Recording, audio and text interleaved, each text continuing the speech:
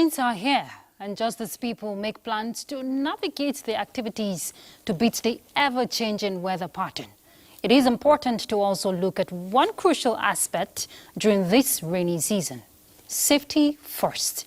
The records of road crashes and fatalities this season are unpleasant and unfortunate. According to reports, about 2,776 persons have been killed, 16,309 injured, that's between January and July, as a result of road crashes this year. Experts say adverse weather conditions can have different effect on different types of road crashes.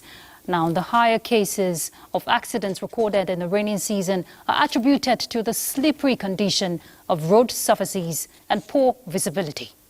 This worrisome situation to reduce road crashes is part of the mandate of the Federal Road Safety Corps. And over time, the Corps have continued to sensitize motorists on precautionary measures to take while driving. Travelers are advised to avoid excessive speeding, overloading as much as possible. Stay clear of night trips, please, due to perennial danger that comes with it. Lest we forget, it is the Ember Months period, which is why caution at this time should be of utmost priority to all road users. So how much effort is the FRSC putting to ensure safety on the highways nationwide? Tonight, on Weekend File, we'll beam our spotlight on ways of reducing road crashes during the raining season. And our guest is Hyginus Omeje, Assistant Court Marshal, Head of Operations Nationwide, FRSC. We'll bring you situation reports filed in by our correspondents across the Federation. Thank you for joining us. This is Weekend File. I'm Ruth Aguela. Let's begin with the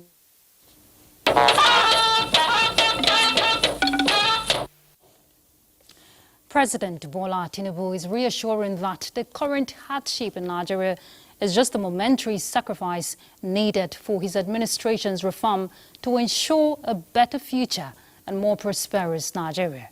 The president addressed the prevailing socio and economic situation in Nigeria during his meeting with executives of the Nigerians and Diaspora Organization in China. State House correspondent Musbahuddin Wahab reports. Time with Nigeria's ambassadors in China. These representatives, with ranging durations of stay here and with experiences in different fields. But then, they had concerns on due recognition in China, government support for small and medium-scale businesses in Nigeria, as well as the renewal of a currency swap policy to ease international transactions. The relevant ministers addressed the issues raised. It has been a very good trip. For the president, this trip has opened up opportunities, new ideas, and insights to double down on policies and programs to facilitate infrastructural and economic development across Nigeria. So good roads here. I want to emulate and reflect it back home.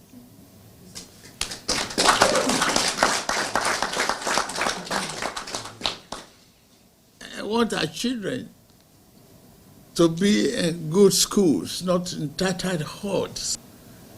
You make teaching interesting and make business flourish.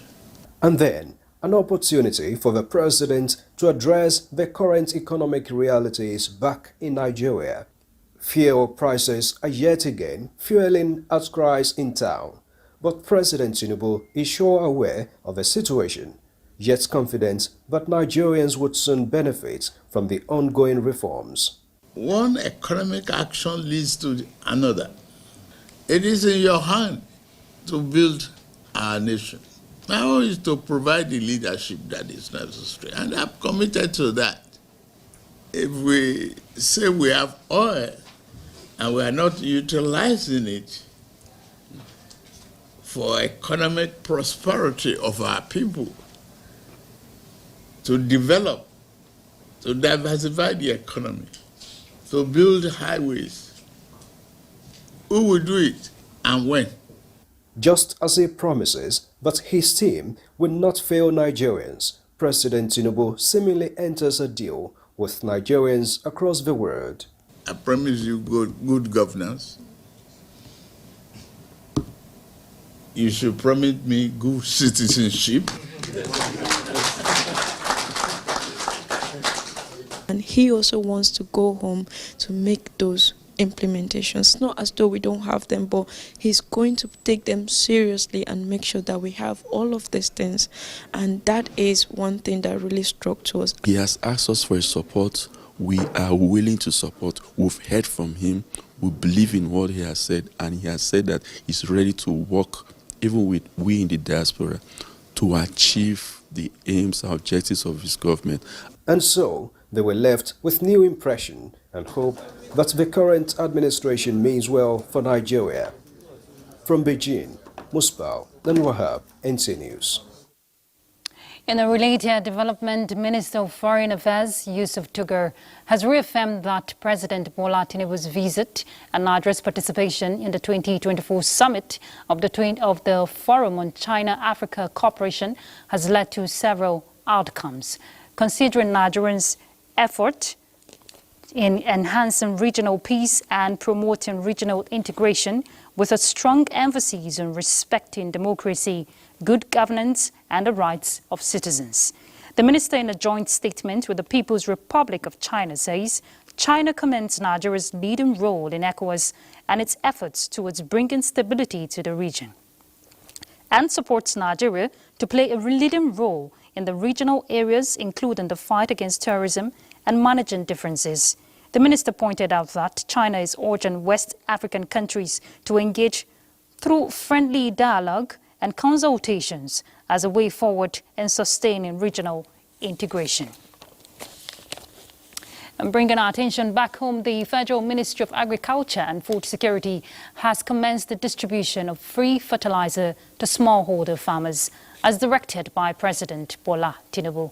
Musa Baba Ali reports that the Minister of State for Agriculture and Food Security, Aliyu Sabi Abdullahi, flagged off the distribution in Burgu, Niger State.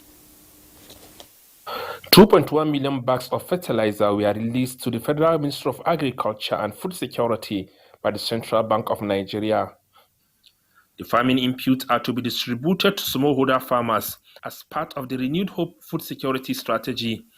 A substantial amount of the bags were allocated to state governors for onward distribution at state and local government levels. This marks the commencement of the distribution at the federal level. The Minister of State for Agriculture and Food Security, Aliyu Sabi Abdullahi, represented the President at the flagging of ceremony in Bargu local government area of Niger State. Let's be magnanimous, as the President has been, to ensure that this thing gets to the people it is meant to. It is going to impact on us positively and greatly, because it's one of the itching problems for poor farmers who cannot afford to buy fertilizer. You know, there was a time when we had seizure of rains, and even if they had applied it that time, it wouldn't have been useful. Now the rain is a bit stable, and the normal rains we're expecting. So I think this is the best time to apply these fertilizers. President Bola Tinubu has also directed the ministry to commence preparation and data capturing for farmers who will participate in the 2024-2025 dry season farming. From Bargu local government area of Niger State, Musa Baba Aliyu, NTA News. The Nigeria Police Academy in Wudil, Kano, witnessed a significant occasion as the 6th regular course cadets marked their passing out parade in a grand ceremony.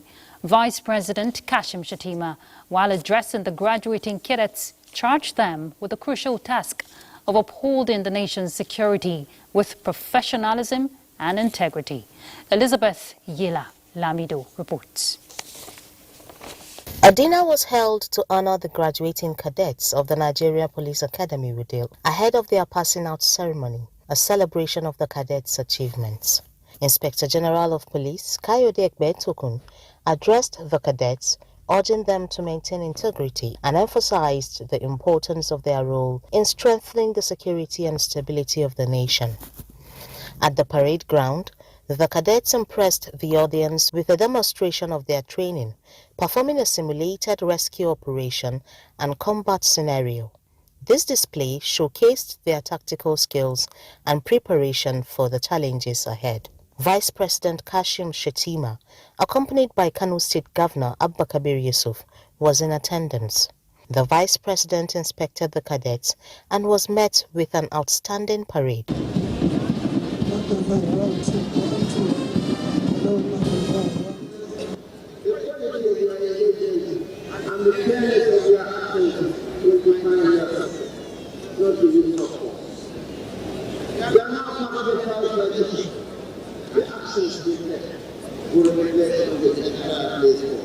Among the 462 graduates of the 6th regular course, 7 were awarded first-class honors and over 100 received second-class upper degrees.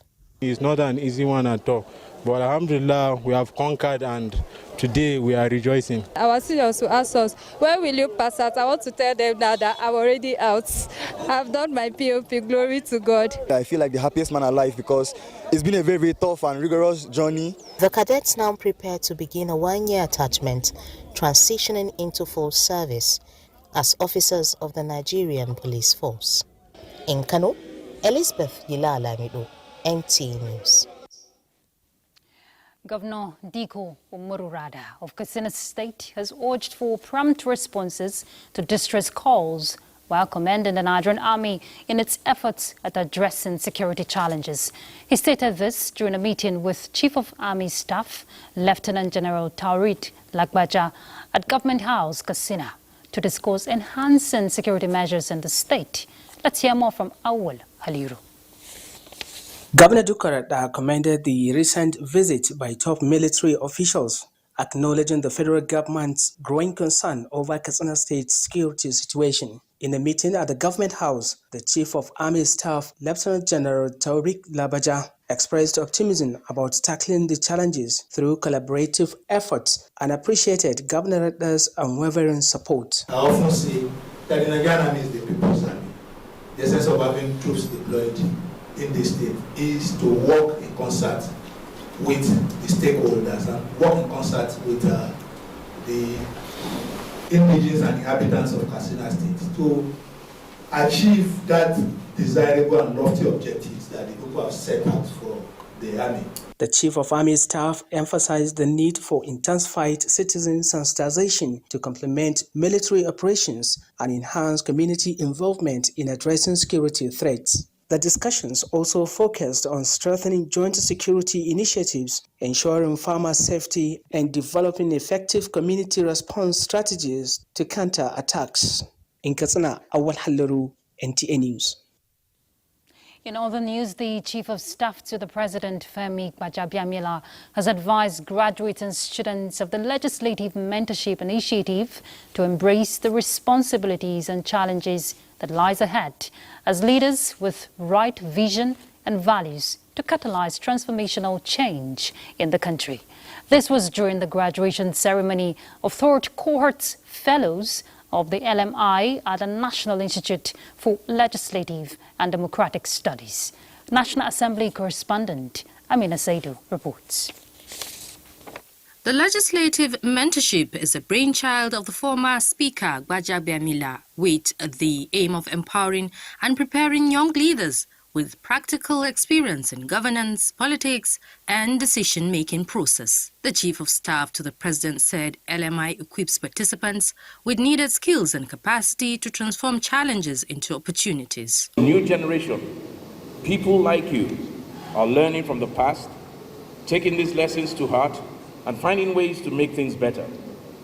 You carry with you the wisdom of those who came before you, and now you carry within you the prospects of shaping the future of those that will come after you. This is the kind of investment we have to do. This is the kind of shares we have to really put our money into. We need to take care of the younger ones.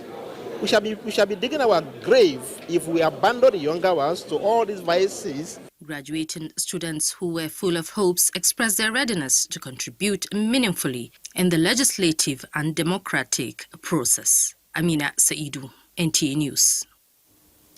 Minister of Education, Professor Tahir Mamman, has reiterated President Bola Tinubu's dedication to transforming the Almajiri education system and ensuring millions of Nigerian children receive formal education. During a visit to the National Commission for Almajiri and Out-of-School Education headquarters in Abuja, Professor Mamman lauded the Executive Secretary, Dr. Mohammed Idris, for his initiative in engaging key stakeholders to support the Commission's mandate, demonstrating his commitment to collaborative solutions. Dr. Mohammed Sani Idris expressed gratitude for the minister's visit and acknowledged his guidance and accessibility to their working relationship. The federal government, we hear, has reintroduced the Change Culture song and its visual to drive the ongoing Federal Civil Service Strategy and Implementation Plan 25 reforms in the Nigerian Civil Service. The head of the Civil Service of the Federation, Didi Esther Wilson-Jack, unveiled the Change song at a retreat for federal permanent secretaries in Abuja. Haman Jabani reports. There were obstacles and there were hurdles that we had to face. There were challenges and there were struggles that we had to brace. Now there's a sound of change that is coming. The Change Culture song and video are expected to drive and accelerate the critical reforms in the Nigerian Federal Civil Service and act as a unifying force that will strengthen the culture of efficiency, productivity, incorruptible and citizen-centered public service. Head of the Civil Service of the Federation, Didi Esther Wilson-Jack, said the song is a source of pride and inspiration and will serve as a clarion call and rallying point for all federal civil servants that will unify the shared value mission to drive the reform, boost productivity and deliver excellent service to Nigerian citizens. The release of the Federal Civil Service song marks the beginning of a journey in which every federal civil servant will play a crucial role in the change culture and change management aimed at promoting value reorientation, transparency, accountability, and culture of integrity. I see culture marching to greatness. EP, I see culture marching to greatness. Hamman Jabani, NTA News. Let us change that with you, right? Special Advisor to the President of Media and Publicity, Ajuri Ngelale, has submitted a memo to the Chief of Staff to the President that he would be proceeding on an indefinite leave of absence due to family and medical reasons. In a statement, Ngelale thanked the President for appointing him as Presidential Envoy on Climate Action and Chairman Presidential Steering Committee on Project Evergreen. He looked forward to returning to full-time national service soon. Meanwhile, the President has received a memo from Ajuri Ngelale, Special Advisor to the President on Media and Publicity and official spokesperson of the President, as well as Special Presidential Envoy on Climate Action, informing of his decision to proceed on an indefinite leave of absence for personal and health reasons. The President accepts his reasons for the leave, fully understands them, and sympathizes with the circumstances that have led to this seemingly difficult decision, while extending his heartfelt prayers and best wishes to Ngelale and his family during this challenging moment. The President hopes for a speedy recovery and full restoration to health. All right, we'll go on a break now. When we come back, we'll start a conversation on ways of reducing road crashes, especially this rainy season. Stay tuned. Welcome back.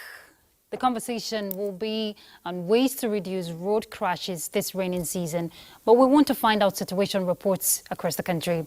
You know, the rainy season contributes a higher percentage of road traffic crashes globally, with Nigeria inclusive. But what measures should motorists take especially at times like this, to ensure safer journeys to their respective destinations. Here is Oyeyemi Ajayi with details. The rainy season, one many yearn for, likewise desire for youths, and also referred to as a calm period. But to the road users, it's actually a time of caution due to high rates of crashes. According to statistics by the Federal Road Safety Corps as of June 2023, Ogun State recorded most traffic crashes in the southwest, with 1,243 cases in 2022. Nasarawa, Kaduna, Oyo, Lagos, and Niger states also recorded high cases of traffic crashes. These states and the FCT have consistently recorded high road traffic crashes cases, with seasonal changes being a major factor. The rainy season, the rate of road traffic crashes used to be higher compared to the dry season. Getting to the last quarter of the year, which is popularly referred to as the Ember period, road safety and management officers emphasize the need for caution from drivers. And that's what prompted FRC to develop a special driving condition advocacy within this period, because we know that the rainy season comes with flood at times, which normally affects the driving ability of some of the drivers that have not perfected the act. And we developed this process of guiding the motoring public on the use of road and how to adapt themselves to the condition. No doubt, more still needs to be done to ensure that the roads are indeed safe for everyone. Oyeyemi Ajayi, NTA News. Although the rainy season cannot always be avoided by road users, stakeholders, however, say there are dangers attached to not abiding to road safety regulations. Adejoke Odeka tells us more from Lagos. Lagos, the economic hub of Nigeria, is densely populated. This is one reason traffic is always heavy, earning a notorious reputation for its relentless congestion.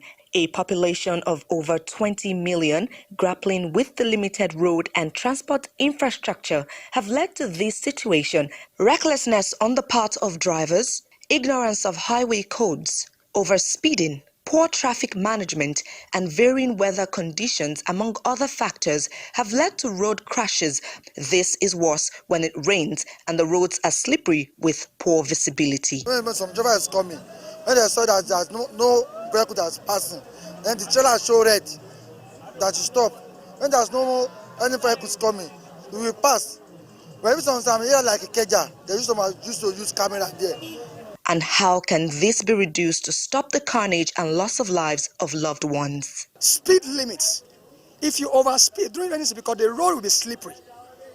They have to ensure that their buses are put in the right shape. According to the National Bureau of Statistics, in the last quarter of 2023, a total of 1,323 Nigerians lost their lives in road traffic accidents, while 2,717 accidents occurred during that same period. Within this period, the Federal Road Safety Corps is known to provide adequate logistics. Citizens are advised that driving safely during the rainy season is essential for the safety of all road users.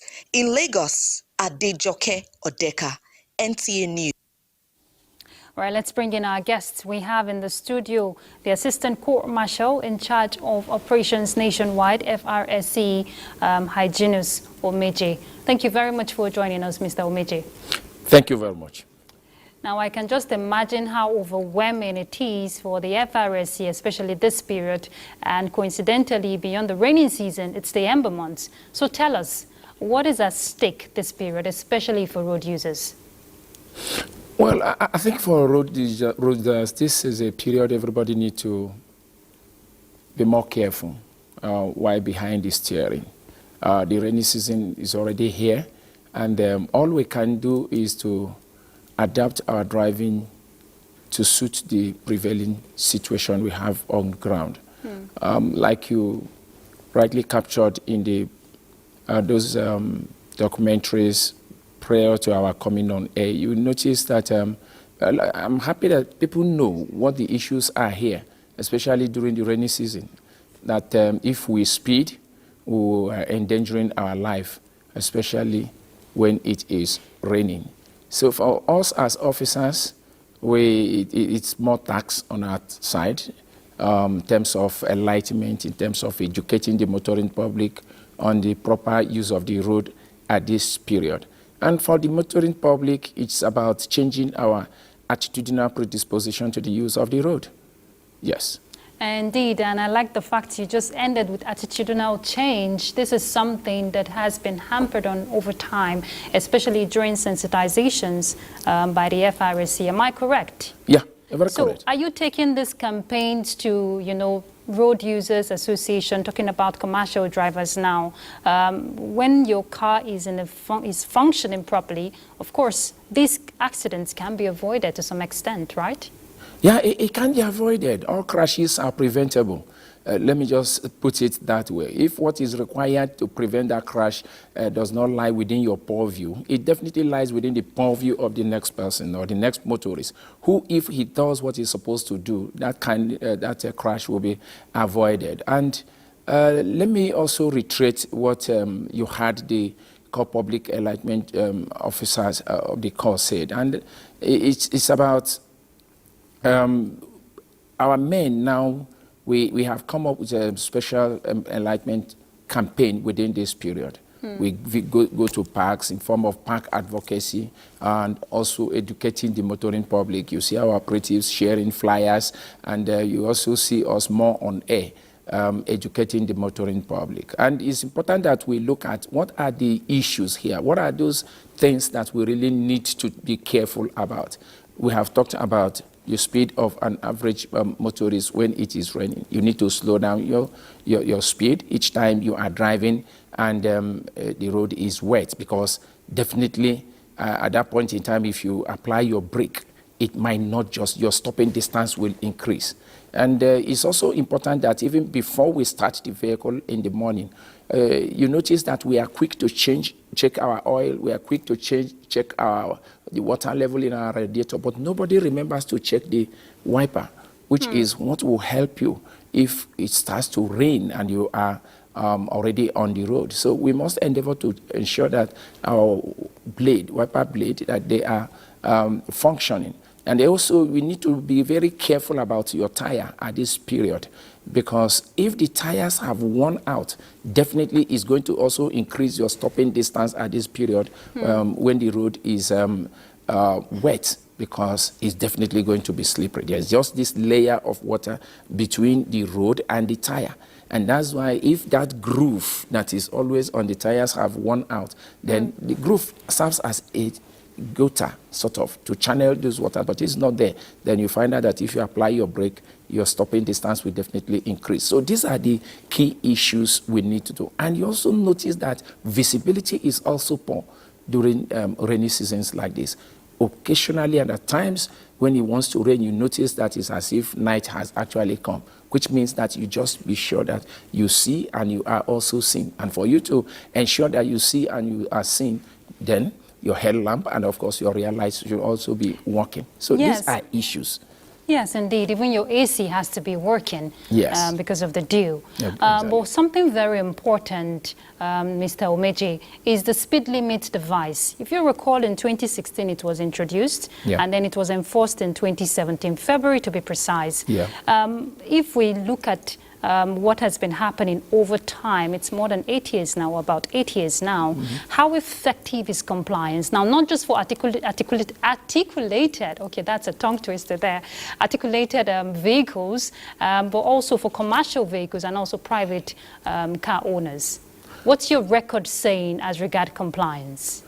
When we started this scheme, it is purely for commercial fleet operators, and we are still on commercial fleet operators. We have not entered the private vehicle operators. We are saying that all commercial fleet operators must have their vehicles installed with a speed limiting device. And the reason is very simple. In the event of a crash, you find out that the fatality is always higher with passenger carrying vehicles, and that's why we are focusing on that.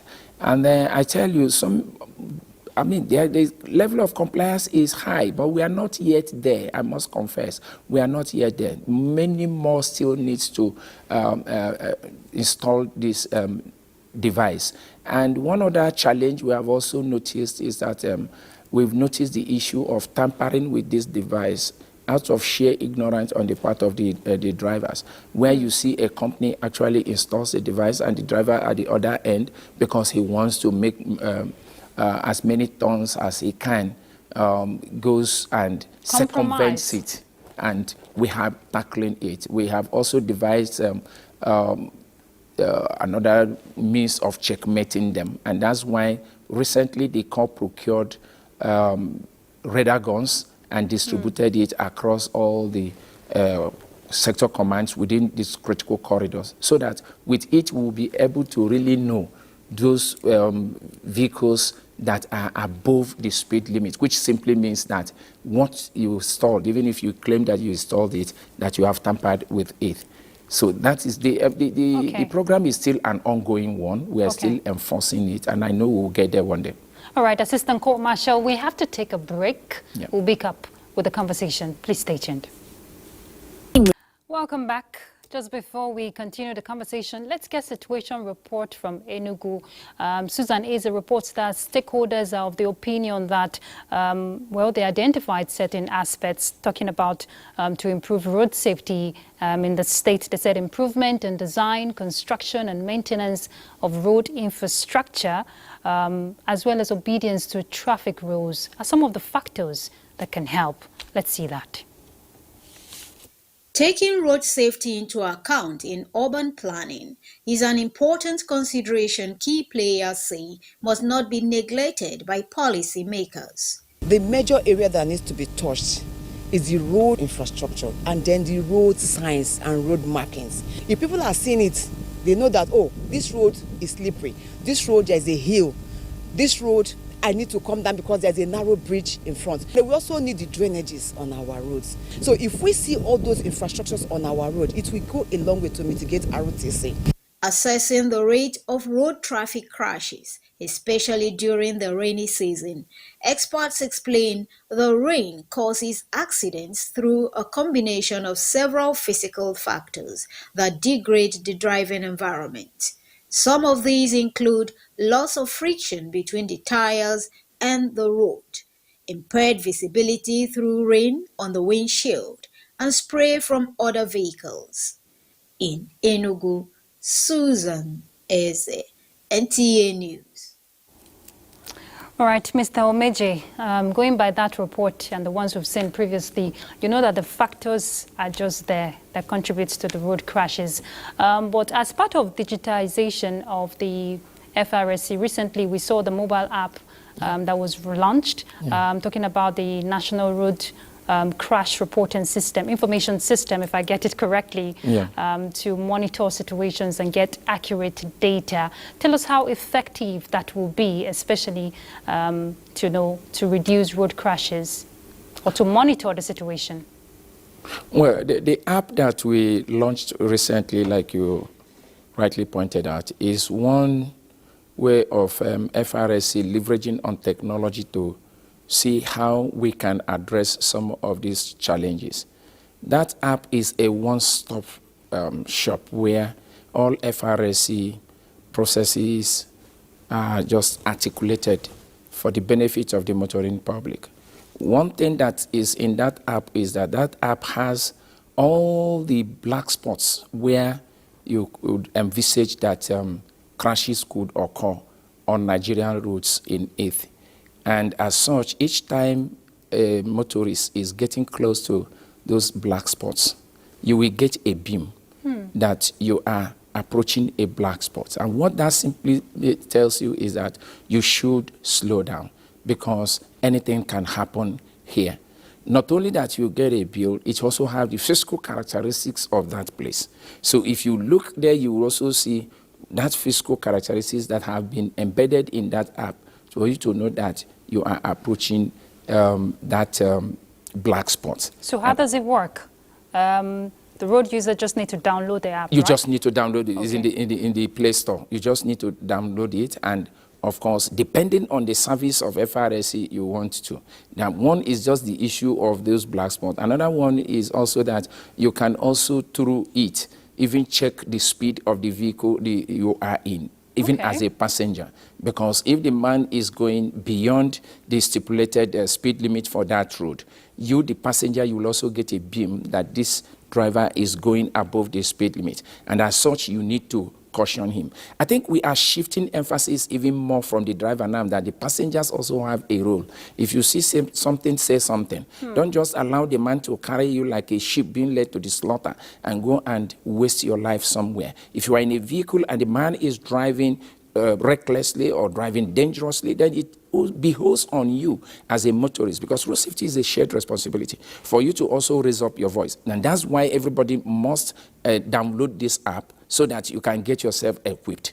The man should not just, you paid to get safely to where you are going. You didn't pay to end up in the mortuary. You didn't pay to end up in the hospital. So that is why that app is very important. Another major feature is that with that app, you can also, give us eyewitness report of what happened, what you saw. Okay. You saw a crash on the road, you could just use it because it has a camera, you can just picture it and send it to us what you saw. Or even the attitude of the driver behind the wheels, you can also use that app. And also the attitude of our personnel, because we need a feedback mechanism to serve Nigerians better. Okay, yes, I'm talking about the feedback, right? Yes. And I hear from the, in the control room, they're asking the name of the app. That's the National Crash Reporting Information System Portal, right? Yes. Okay. It is a two-in-one. That one was to report crashes. But remember that the other one also have other services embedded in it.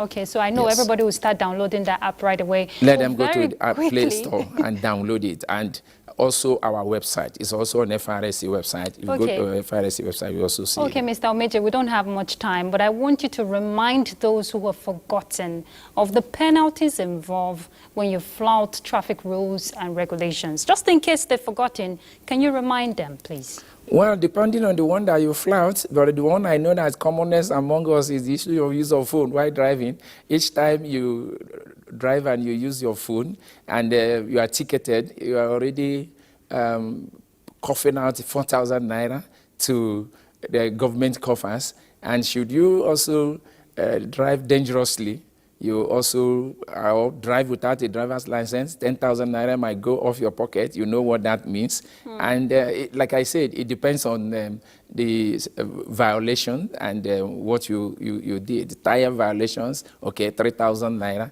will go off you. But I think the most, the one that everybody should remember vividly is that all those ones we are talking is just money. But the greatest penalty is that you could end up in the mortuary. And I think family, that's not what they are asking of you. You owe your family a duty to be alive and live up to your responsibility. Thank you so much, Assistant Corps Marshal for the FRSC. He's in charge of operations, Hyginus Omeje. Thank you. Keep up the good work. We'll keep monitoring developments as they unfold. We're not praying for anything unfortunate, though, to happen. Well done. Thank you very much. All right, and just a reminder, just go to their website and get that app downloaded on your phone. You can save your own life. Let's take a break. We'll be back. Know you're there. Let's find out what's happening on the global scene. We hear Algerians vote in presidential election, just as United Kingdom Prime Minister Keir Starmer makes historic visit to Northern Ireland. Chukunonso Mwambweze will give us details. Polls closed 7 p.m. local time with preliminary results expected Saturday night, while the electoral authority is bound to announce the official results on Sunday. 78-year-old incumbent President Abdelmadjid Tebboune is widely expected to secure a second term. More than 24 million Algerians registered to vote in the election.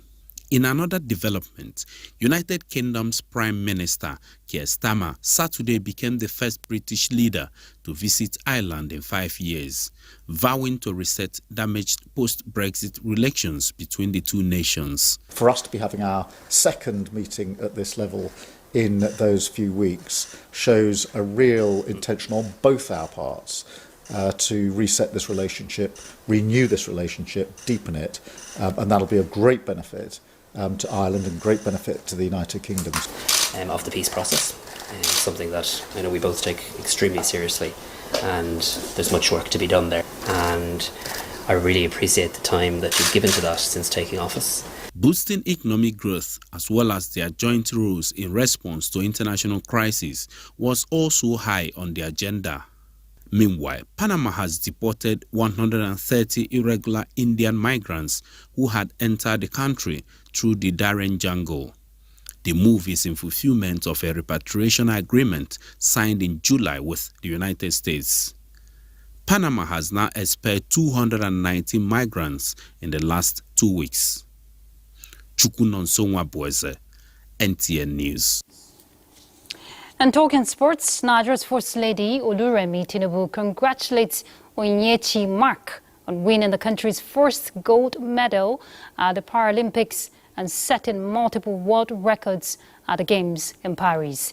She describes the incredible achievement as evidence of what can be accomplished with dedication, resilience and perseverance, noting that the Paralympian has not only made history, but also paved the way for others to dream big and aim high. The First Lady says Nigeria and the women folk are proud of the athlete, who she prays will continue on the path of more victories. And talking about victory, Super Eagles kicked off on a sound footing, beating Benin Republic 3-0. But I'm not to give you the gist. Francisca is standing by with Sports Update. Hello, Francisca. Thank you, Ruth. Welcome to Sports Update.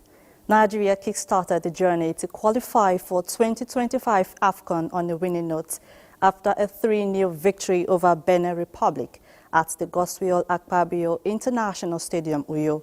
Ballon d'Or nominee Ademola Lookman broke the deadlock in the second minute of developing young and grassroots football talent is the priority as Nigeria Youth League Cup kicks off in different centers nationwide this month. The tournament, which brings together football academies and feeder teams of professional league sides in the country, stakeholders say will improve age grade teams.